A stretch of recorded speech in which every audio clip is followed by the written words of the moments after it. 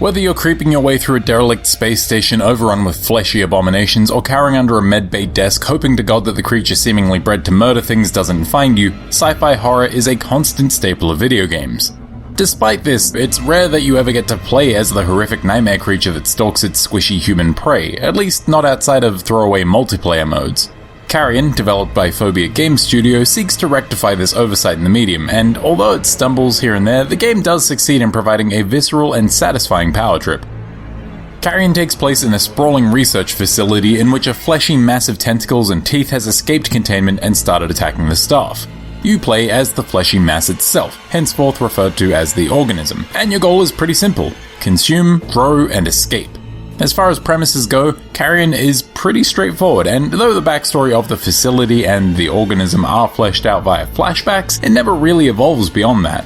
This is fine, however, since Carrion's story exists solely as a vehicle for murderous monster rampages, and boy oh boy, does it do that well. As an amorphous gore monster on a quest for freedom, the main thing you'll be doing is navigating the massive research facility that serves as your prison. There aren't many games that I would take the time to praise the movement in, but Carrion does such a good job of making traversal really satisfying despite the mechanical simplicity of it. Seriously, all you do is push the control stick in the direction you want to go and the killer meatball drags itself in that direction, but it feels so fluid and smooth to control, and the writhing tentacles shooting out at surfaces in your path adds to the gross satisfaction of that smoothness. But escaping is only part of the mission, and frankly, what kind of monster would you be if you weren't also killing and consuming literally every human you meet along your prolonged escape route? Lashing out with your tentacles to grab flailing humans is fast, intuitive, and endlessly hilarious, if rather basic, and doing so allows you to gain mass and, in turn, recover health. Like any good sci-fi monster, the organism can't take a ton of damage, so your best bet is to approach hostiles from behind or while hiding in vents, but being able to recover health by eating enemies does soften this aspect a little bit. To gain considerable mass, however, the organism has to reunite with the pieces of itself that are still being researched, and this is how Carrion gradually introduces new powers to the player, as well as a mechanic that deals with tiers of mass.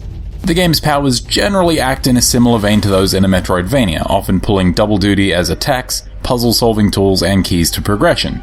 For instance, the web shot is primarily a utility upgrade used for pulling distant levers, but can also be used to entrap enemies and incapacitate them, while offensive skills like the dash or tentacle vortex are great for killing squishy humans, but also serve as the best way to destroy certain obstacles blocking the path forward.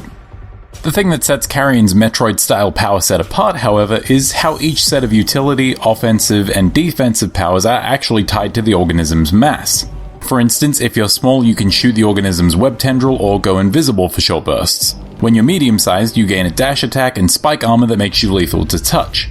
Finally, if you're supersized, the organism gains its strongest abilities, the destructive tentacle vortex, and a thick shield that blocks all damage for a limited time. Now, because so many of these abilities double as progression tools, like defensive upgrades allowing you to pass certain hazards, or utility upgrades that are required to solve the game's puzzles, Carrion gives you the ability to offload mass at designated pools of liquid. Or you can just get shot a bunch, I guess. This mass-power trade-off is unique and allows the game to throw you into dangerous encounters, where your health pool and abilities are limited because an element of the encounter requires that you have your small-tier powers. With all that said, this mechanic isn't without some issues. It is really easy to accidentally bump yourself up in mass by killing and eating humans in your path, which can sometimes mean multiple trips to offload mass. Likewise, taking too many hits from some of the late game enemies can knock you down a tier when you really need those high or medium mass powers. Neither of these scenarios make the game unplayable by any means, but it can make certain sequences feel a bit long in the tooth. This occasional drawn-out feeling isn't helped by how easy it is to get lost in Carrion either. The massive multi-directional map that makes up the research lab is fairly varied in terms of its environments, but due to how quickly you're transitioning from screen to screen and how regularly you need to backtrack to areas you couldn't pass earlier, I found myself regularly losing track of where I was meant to be headed. New zones aren't so bad in this regard, as you have the ability to approximate the location of your goals within an area, but return visits don't have this crutch to lean on.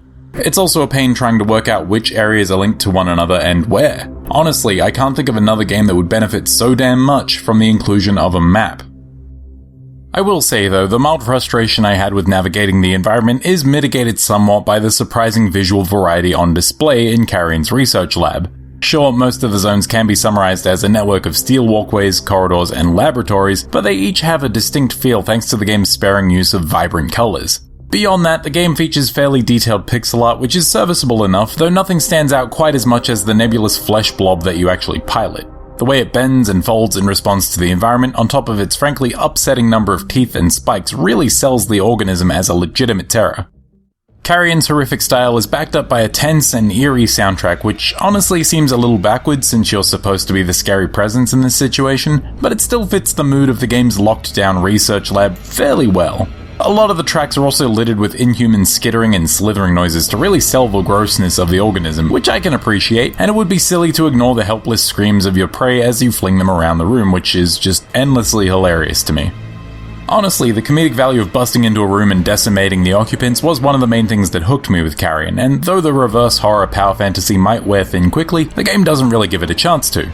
Sure, some sections of the game feel a lot longer than they should, but this is caused more by the constant backtracking born of getting lost. The actual game itself only has a runtime of 4 to 5 hours, and I think that might be the perfect amount of time for Carrion to hook players, show off what it brings to the table, and finish without dragging on.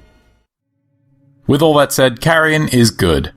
All in all, the core monster mechanics of Carrion are really satisfying, and while it's not a perfect system, hooking the game's powers into the organism's actual mass is a novel and interesting way of handling so many abilities that do similar things. And I cannot overstate just how much fun it is simply moving around the world in Carrion. Now, there are definitely some elements that could be improved, such as tweaking the mass mechanic and adding an in-game map, but these are just minor shortcomings in an otherwise very fun game. If you're looking for a quick and interesting time with a few Metroid-vania elements, you could do a lot worse than Carrion. Carrion is available on PC, Nintendo Switch, and Xbox One, and is currently available on Game Pass.